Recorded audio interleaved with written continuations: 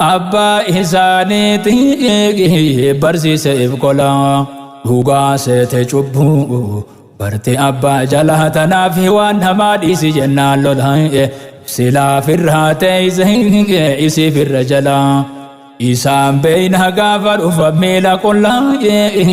bordoodhaan dhaabbachaa ka dhufan hokkolaa karkarroo as baate fakkaatan daggalaa waa meeqa fidanii Nudufan bocolaa isaanii nuffite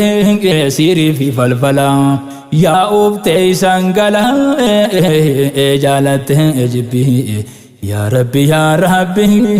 diini nu ol qabee.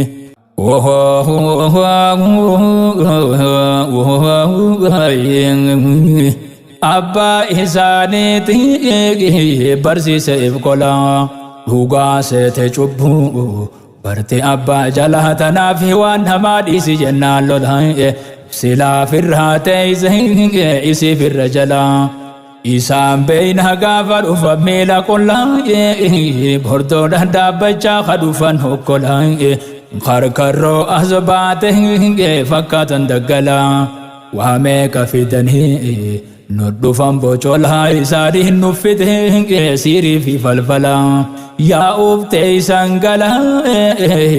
jaalatte jibbii yaa rabbi